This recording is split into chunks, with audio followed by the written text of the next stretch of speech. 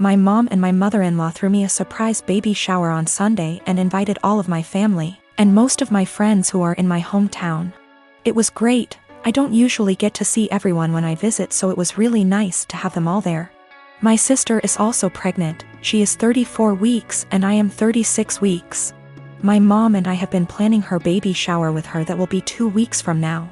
At the shower, everyone kept complimenting me on how tiny I am and how good I look, and I could see my sister was getting really jealous.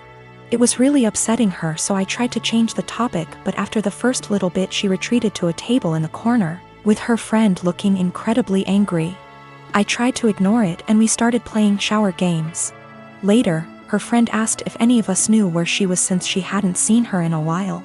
Everyone was extremely worried because she wasn't answering her phone, and we thought she could have gone into labor or fallen or something terrible. The shower was in a party room at an arena, so it's a huge building, and everyone there, 70 of us, began searching the entire place up and down looking for her. Many people got into their cars to drive around the area and the different routes to the hospital to see if they saw her car. We also called her husband to see if he had heard from her, and he left work to help look. My other sister found her sulking inside a Timmy's. She refused to come back to the shower because she was upset that she wasn't getting any attention and everyone was fawning over me. It took a while for everyone who left to get back, and while we tried to carry on with the shower, the whole mood was soured and it was really awkward. I'm so upset with her now. I suspect once the baby comes I won't go down to my hometown as much, and I won't get to see many of those people as often as I did before. So that was my last chance to get together with everyone before the baby. It's not even the first time she's done something like this. At my wedding she complained to anyone who was willing to listen about how my husband is very touchy-feely with me. And now whenever he touches me in any way in front of her, she'll grumble and roll her eyes like she is upset that he is attracted to me or something. He dropped me off at the shower, and when we were talking to friends he was standing behind me holding my belly, and she said, "That's disgusting," and made a gagging noise. She also won't show up to something unless someone has called her to ask where she is and tell her we're waiting for her. It's a little game that she likes to play. I don't know what her problem is, but I'm so sick of it. She hasn't spoken to me since the incident and won't return my calls or texts, but I think she owes me an apology. If she can't apologize, I don't think I want to continue to plan and pay for her baby shower. Is that fair? My mom and my aunt think I just need to try to move past it because that's just how she is. My husband feels differently, and he thinks I should stop doing anything for her because she continuously disrespects us and our marriage. I have 3 children, the oldest being 16M.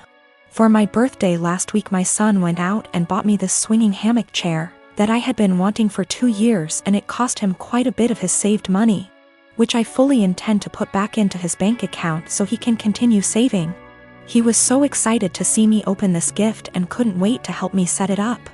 I told him he shouldn't have, that it was a lot of money, and his response was, "You never get anything nice. I wanted you to have it." And it was true. I usually don't get anything for my birthday or Christmases outside of Tupperware or soaps. So it might sound stupid, but I have cherished this swing ever since he got it for me. Especially where I finally have something nice that's mine. My sister-in-law comes over once a week to see all of us, and she immediately headed straight for my swing, which my son hooked up on our deck. I told her to please not sit on it, and she said, "Is there a weight limit?" So I told her yes, 250 pounds, and I even showed her the box to confirm. She was not upset about this. She just said, "That's a bummer. They need to make something capable of holding us big girls." I simply agreed with her and went about my business. At this point my husband shows up from work. When I went inside to grab us some drinks, her and my husband are talking on the porch, and not even 5 minutes later I hear a loud crash. I go out, and sure enough she had sat in my swing, and the crochet netting around the hook snapped on one side, causing her to fall right on her ass. She is sitting there laughing, gets up and says, "I guess I need to learn to listen." So I lost it. As I said above, I literally never get anything nice. Never. This is the one thing that I had that was mine, and it didn't even take someone a freaking week before they ruined it for me. So I said, "I literally just told you not even 20 minutes ago that it would not hold you, and to please not sit in it." She makes some comment about usually the weight limit is a lie. I thought it would hold. So I said the weight limit probably would have held if you were only 50 pounds heavier than it, not 150. She is 420-ish lbs because she is one of those girls who eat food on camera for money and she absolutely loves her weight, but regardless, instead of apologizing or offering to compensate me for my destroyed item, she has resorted to saying I'm a shitbag for making her feel like her weight is a problem and my husband is on her side. I am living with my family. It's me, a 15-year-old girl, my twin brothers who are 17, and my parents. My dad cusses a lot, and so do my older brothers. But apparently the standards are different for me. My dad overheard me saying a couple cuss words when I was on the phone with my friends and he got mad at me for my language. And for how trashy and unladylike it was. This wasn't the first time he called me, and only me, out for bad language. But it was the one that frustrated me the most because I could tell there was a double standard. I thought of calling him out on his language and hypocrisy, but then I had a different idea. I said that, yeah, it was a bad habit I was forming and didn't want to make a pattern, because if I got in the habit of cussing a lot, that wouldn't make me come off well when I start getting jobs or going to college. And as I was growing up, I wanted to learn how to speak respectfully and intelligently. But it was hard to keep from bad habits when I heard him and my brothers having potty mouth syndrome so often. They're setting an example whether they realize it or not. So I wanted to work on things for myself, but also together as a family. I suggested we make a swear tax where if anyone swears in front of anyone else who's participating, they give $1 to each person who heard them. I'd want that rule for myself because it would keep me accountable and I'd really like it if the family joined me for it. So my dad said he'd join, and so would my mom. They got my brothers to be a part of it too. They didn't really have a choice, my parents decided to make it a rule. I know it's kinda petty, but I wanted to make the point that my dad and brothers swear a lot and I almost never do. In the few months we've had the rule, I've gotten about $250 from hearing my dad and brothers cuss. And have not sworn once. It's kinda making my brothers angry because they often cuss when they're mad, and I ask them for money, so they get madder and cuss more. So I get more money until they shut up. My dad actually got mad at me too. He was having some drinks, calling his brother and talking. And I came over after and asked for $18. He actually said he wouldn't give me that much, and there should be a cutoff. He gave me $5, which sends a weird message. Like swearing is bad, unless you want to swear a lot, then it's cool. I did it because I know I swear the least out of my family, but I was the only one getting in trouble for it.